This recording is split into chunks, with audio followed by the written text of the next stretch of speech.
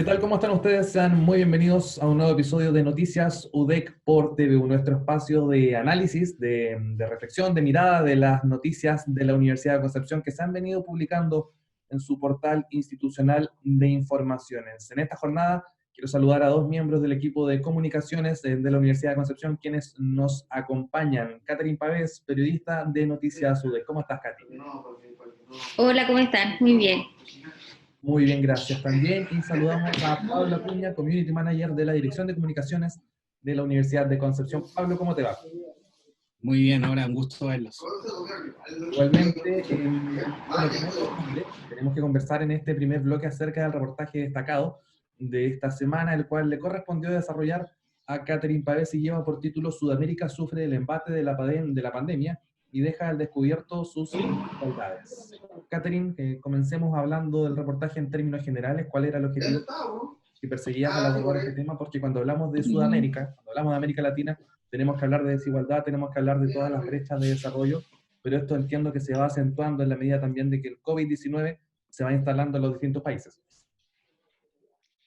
Sí, bueno, la pregunta en realidad que nos hicimos fue ¿cuál va a ser el impacto específico que va a tener en la región? Porque ya vimos lo que pasó en Asia, vimos, por ejemplo, en ese caso, la eficiencia de la tecnología para combatir esta pandemia, vimos lo que pasó en Europa también, y pensamos que en América Latina y específicamente en Sudamérica, obviamente hay características diferentes que hacen que, si bien la enfermedad es la misma y la pandemia se desarrolla, digamos, de la misma manera, no afecta igualmente a esta parte del mundo. Entonces, bueno, la invitación obviamente es a revisar el reportaje. Lo que quisimos hacer es buscar también voces de distintos países de Sudamérica. Entonces entrevistamos, por ejemplo, a la periodista Gisela Nicosia de Argentina, ella está en Buenos Aires en este momento. Ella tiene experiencia en comunicación en ámbitos de gobierno y también en medios de comunicación, y nos contó un poquito de cómo se vive en el día a día esta situación, y también de las desigualdades que va develando la enfermedad, digamos, la COVID-19. También conversamos con el ex ministro de Salud de Brasil, es Alexandre Padilla. Él fue ministro entre los años 2011 y 2014 y hoy día es diputado, y abordó también la problemática política que se está viviendo en Brasil, que obviamente genera un escenario más complejo todavía, porque tienes ahí a un presidente como Jair Bolsonaro que ha ido en contra de todas las recomendaciones internacionales para combatir la pandemia, ha estado en contra de las cuarentenas, ha seguido haciendo reuniones con sus seguidores, no mantiene la distancia social. Entonces, en este caso, por ejemplo, Padilla nos decía que lo que se está implementando por parte del presidente Bolsonaro es una política genocida, y ahí explica por qué él piensa que no solamente el discurso afecta, sino que eso afecta en la práctica a cómo se complementan y cómo se coopera, digamos, los gobiernos, el gobierno central con los gobiernos estatales en Brasil. Y también conversamos con Lucía Damer, que es doctora en ciencia política, que reside acá en Chile, que es de nacionalidad peruana, que también nos entró un poquito de lo que está pasando en Perú. Y con Sergio Toro, que es doctor en ciencia política de la Universidad de Concepción. Con él hablamos también un poco del resto de los países, pero también con un acento en Chile. Lo que van a encontrar en el reportaje finalmente es esto, una revisión de por qué en Sudamérica las cuarentenas parece que no funcionan de la misma manera que funcionaron en Europa. Nosotros veíamos París vacío, veíamos, no sé, por las principales ciudades de Europa, Nueva York también vacío, y acá en Latinoamérica parece que esa situación no se da de la misma manera. Y coincidían todos en que hay razones estructurales para eso. Tenemos una informalidad en el trabajo que hace que la gente de todas maneras tenga que salir a trabajar. Está el tema de que la cobertura de salud no es igual para todos, no hay no hay sistemas nacionales que cubran a toda la población. Entonces todo eso hace que las personas tengan que de todas maneras salir a buscarse el pan día a día, y la cuarentena entonces no parece tener los mismos efectos que tuvo en otros lugares del planeta. Entonces, En ese sentido hicimos una revisión un poco de cómo se está comportando la pandemia acá, dado que estamos en este momento en el peor momento de esta situación, ¿no? Sí, sí, efectivamente. Pablo Cuña, tú tenías un comentario. Sí, de hecho, los expertos hacen algún comentario o alguna advertencia respecto a la posibilidad de que, bueno, Chile viene saliendo de una situación bastante compleja en cuanto al contrato social. ¿Es posible que si seguimos en esta línea se dé una situación como esta igual? Sí, la verdad es que en un tiempo de incertidumbre como este, todos coinciden en que es bien difícil hacer alguna proyección de lo que va a pasar en términos sociales, pero es cosa de ver que ha habido ya algunas protestas, por ejemplo, en Santiago, se han visto también protestas, bueno, lo que está pasando en Estados Unidos, que si bien no está directamente relacionado, pero la gente aún ante el miedo de contagiarse la enfermedad, está dispuesta a salir a la calle cuando hay una inquietud o una rabia muy grande. Entonces, sí, se proyecta que la situación económica empeore como se espera que lo haga, o sea, que estamos, además de entrando en una crisis de salud, posteriormente va a venir una crisis económica, sí se podría esperar y se augura que pueda haber más inquietud social y la gente esté más dispuesta a salir a la calle a protestar. Ahora, los países que tienen mayor cohesión social, que también es una cosa que se ha visto, ¿no? Las medidas de confinamiento son más efectivas, la gente hace más caso a la autoridad. Entonces tenemos el caso de Uruguay, por ejemplo, donde con una cuarentena no obligatoria, sino que voluntaria, ellos han podido contener hasta el momento la expansión del virus y tienen menos de 1.000 personas contagiadas. Pero, por ejemplo, en países como Chile, donde veníamos de un estallido social, hay mucho más desconfianza en la autoridad y las medidas, o sea, no existe esta cohesión social que permite entonces que haya una sola voz, por ejemplo, a la hora de las medidas. Entonces, cada país yo creo que va a tener sus propias inquietudes sociales y se puede esperar entonces que los países que venían con procesos, digamos, de protesta, de estallido, eso se retome, ¿no?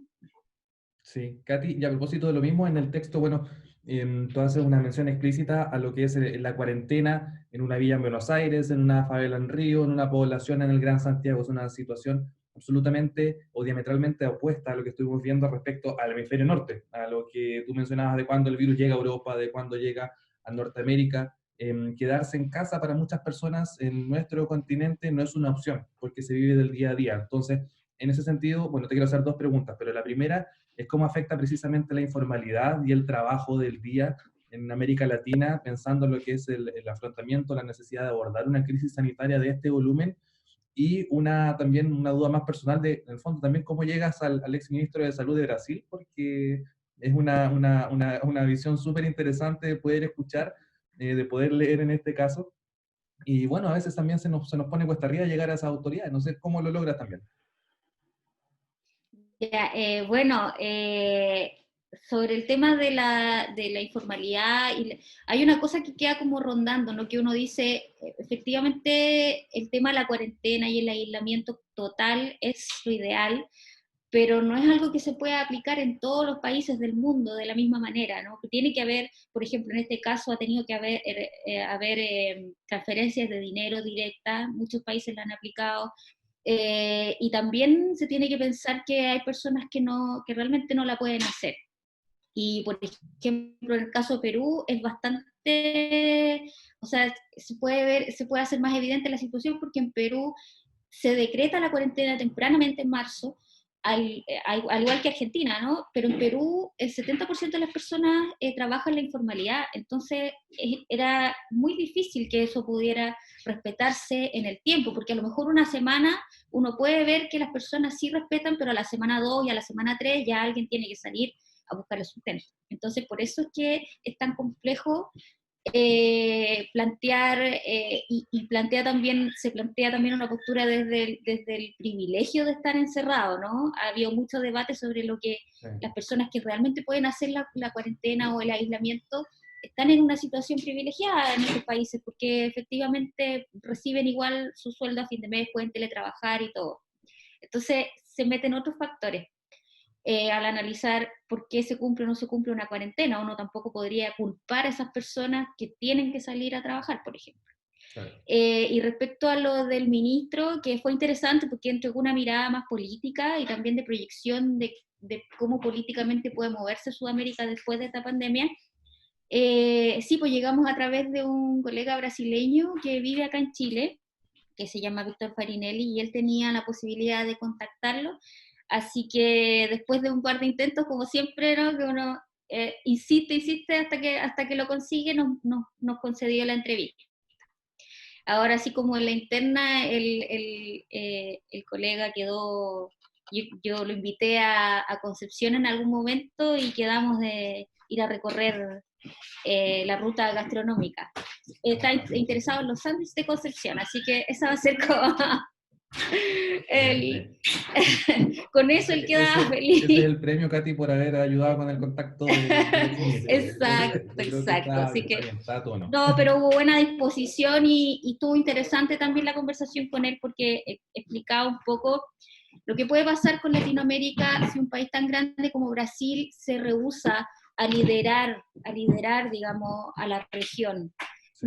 No solo para el futuro, sino en esta misma pandemia, porque lo que se viene después es cuando se genere la vacuna, ¿quién va a tener acceso?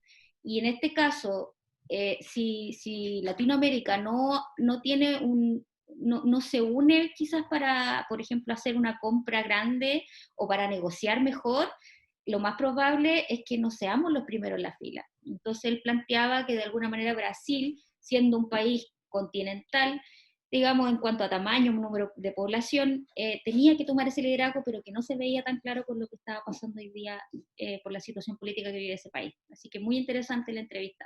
Vale la pena. Muy interesante el reportaje. Sudamérica sufre el embate de la pandemia y deja al descubierto sus desigualdades. En noticias.udec.cl conversábamos recientemente con Katy Pavés, su autora. Nosotros tenemos que hacer una breve pausa. Al regreso seguimos haciendo Noticias UDEC por TVU. Vamos a ver el video UDEC a full.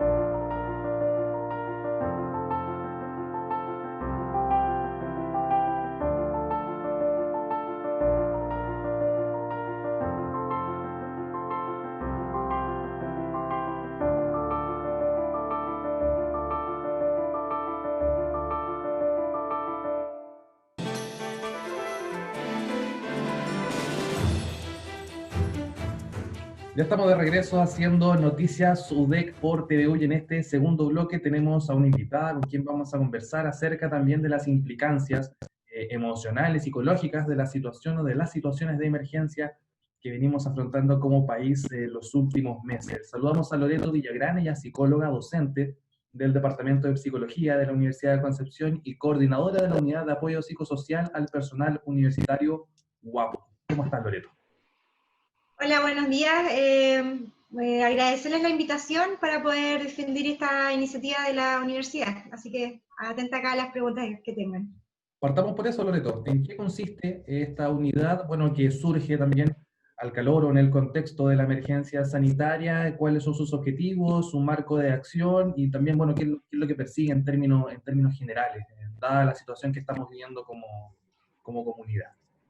Claro, esta unidad, la Unidad de Apoyo Psicosocial al Personal Universitario, surge como una iniciativa del rector, Carlos Saavedra, justamente viendo el desgaste al que han estado sometidos los funcionarios de la universidad, los funcionarios y funcionarias, Y esto tiene que ver no solamente con la situación o la crisis sanitaria actual, sino que también tiene que ver con todo el desgaste que han tenido a lo largo del tiempo, con el contexto de las movilizaciones y del estallido social. Por tanto, ha habido un estrés constante que no se ha detenido y que está influyendo en la calidad de vida de las personas, en el bienestar y en su salud mental.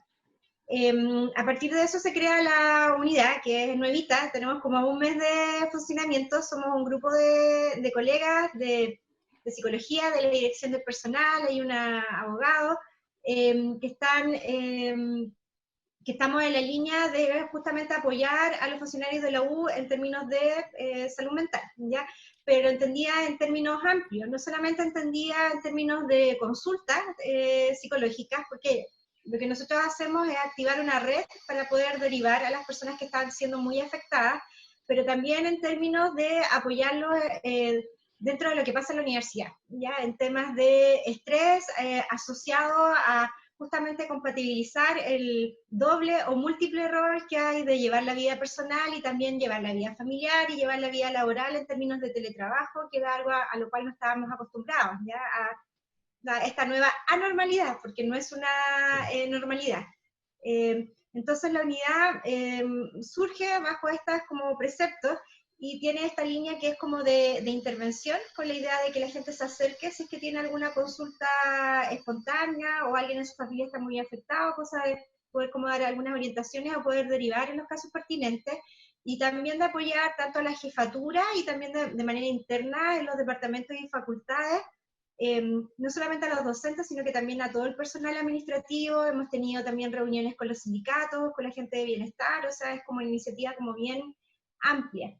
¿Ya? Y la segunda labor que tenemos tiene que ver justamente con la difusión en términos de salud mental más integral, y para eso también comenzamos la semana pasada un ciclo de conferencias que tienen que ver, la semana pasada por coincidencia, justo todas las conferencias fueron relacionadas como a salud mental, ¿ya? O a salud en general, porque había conferencias de salud ginecológica o de cuidado de los niños, pero hay temas amplios. Las conferencias se van a extender hasta agosto, y esta semana, por ejemplo, tenemos de nutrición, hay una de coaching, hay como temas muy variados, hay una de cine, es como bastante amplio, porque en el fondo, ¿qué va a cuidar nuestra salud mental bajo esta situación? Tener actividades que de alguna manera nos motiven y nos interesen. Sí, efectivamente. Abramos la conversación, chicos. Pablo, tú tenías una pregunta. Sí, aunque es menos, todavía existe un tema de estigma respecto a hablar de salud mental, en particular de la propia. ¿Qué recomendación das tú para alguien, un funcionario de la universidad o de nuestra comunidad, que quiera pedir ayuda y está en una situación donde está compartiendo su casa con más personas y no ha tenido esa conversación con la gente con la cual vive? Entonces ya tiene que dar el primer paso, pedir ayuda en casa y después pedir ayuda más ampliamente. No sé cuál es la recomendación. Bueno, ahí, Pablo, tienes mucha razón, todavía hay mucho estigma de asociar la salud mental con locura o con patología, que tampoco cualquiera de nosotros podría tener algún problema de salud mental, y eso no revela nada de nosotros, es solamente puede ser hasta un momento en la vida, pero efectivamente tenemos asociado un sinnúmero de estigmas y de prejuicios vinculados a eso. Por tanto, pero acá hay una situación que es especial, porque es una situación que es colectiva y que afecta a toda la sociedad y que afecta a nivel mundial. Por tanto, tener reacciones personales que son poco normales dentro de cómo nosotros nos comportamos, por ejemplo, esta gente que está súper ansiosa, que no duerme, que le cuesta concentrarse, o incluso hay gente que dice que no siente nada, ya como que eso, como de términos de embotamiento, o que se siente como distanciada, que no se puede conectar. Esas son todas reacciones normales en un contexto que es anormal.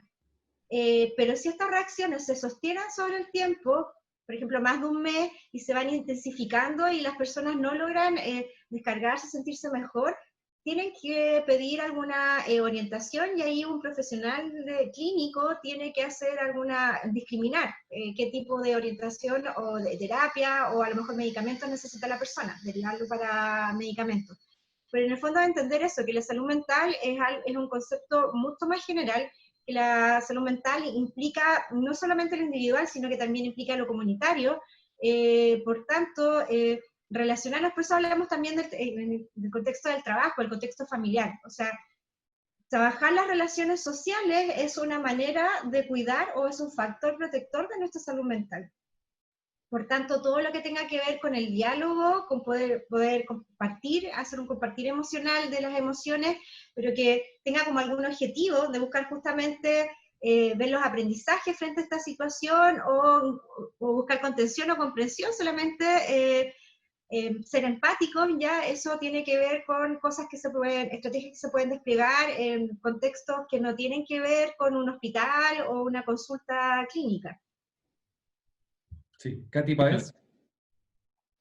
Sí, hola Loreto. Y te quería preguntar por el tema, bueno, todos nos vemos afectados de una u otra forma, pero sobre las diferencias de género, ¿crees tú que las mujeres estamos más expuestas quizás a vivir situaciones de estrés o a lo mejor más en riesgo de no poder comunicar lo que nos está pasando? ¿Cómo ves tú la situación para las mujeres en este contexto?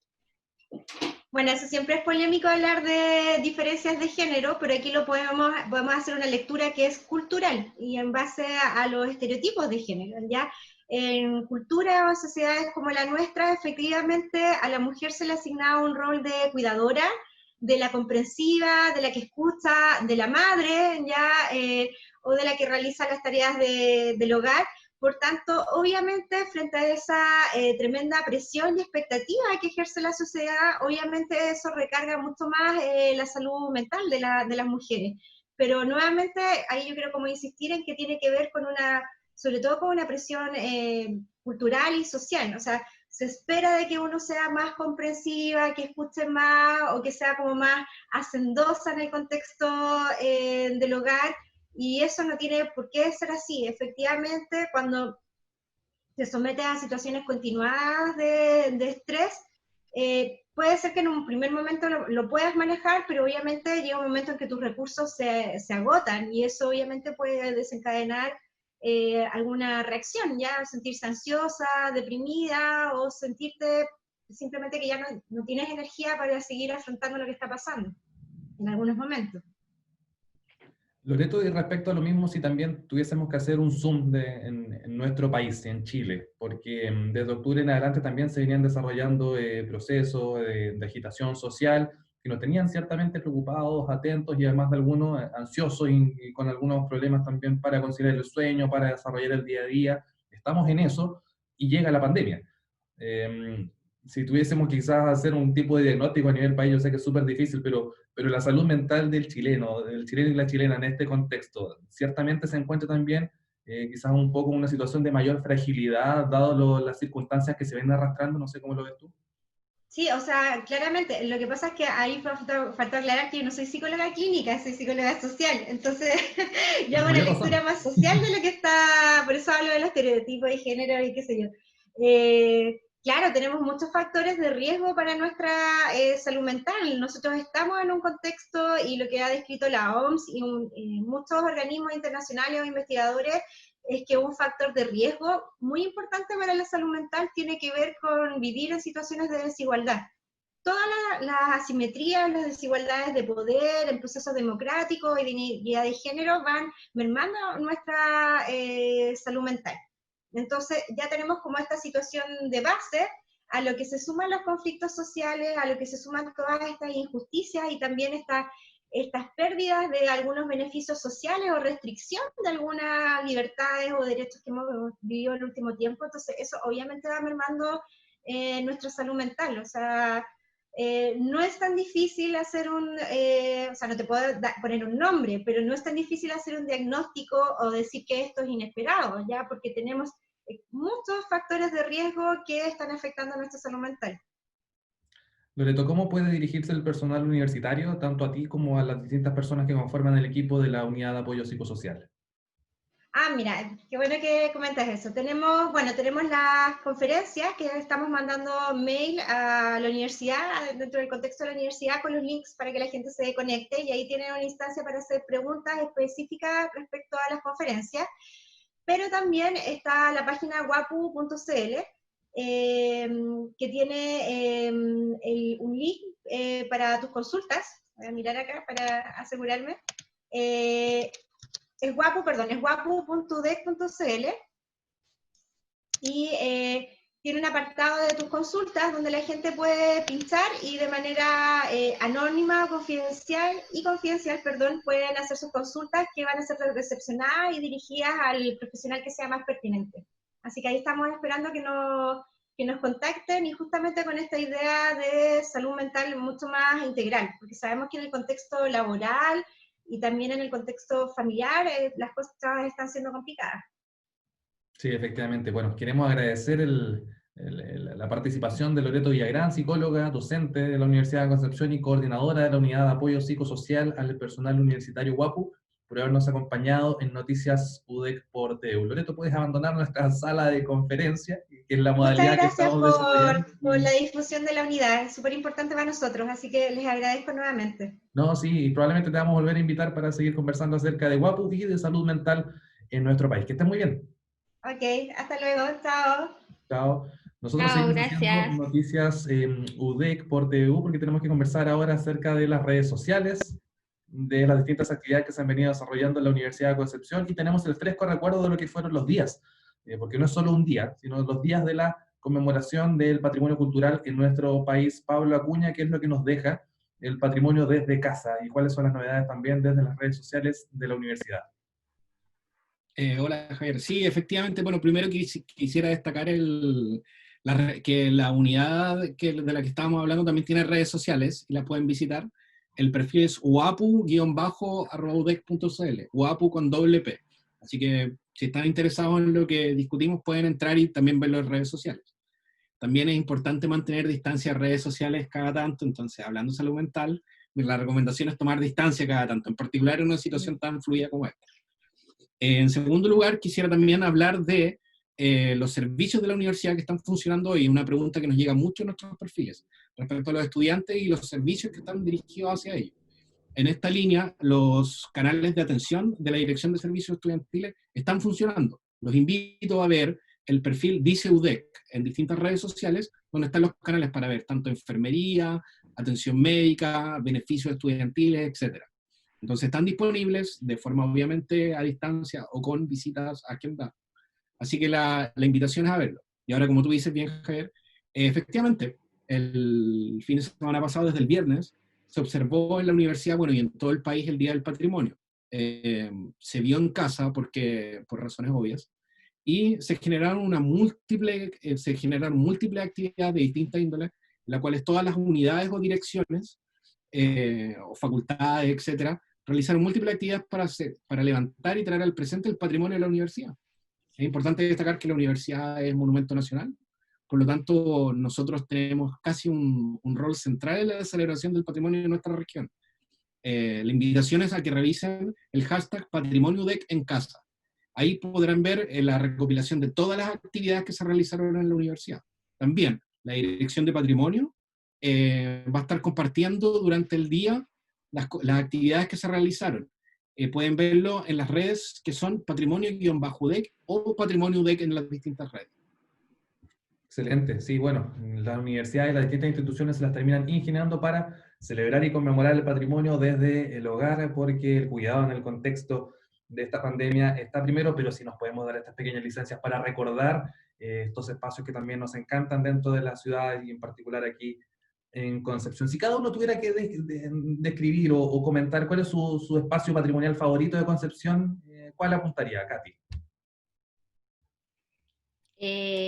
Yo creo que, bueno, la universidad creo que tiene además muchos rincones, entonces a mí me gusta mucho la universidad también por lo que significa para las personas, ¿no? Que ir a pasear los domingos, tiene mucha vida, entonces sí, la universidad de todas maneras, y específicamente me gusta mucho la Laguna de los Patos. Súper, Es un súper. lugar para descansar. Muy verde, Katy, muy verde. ¿Y Pablo?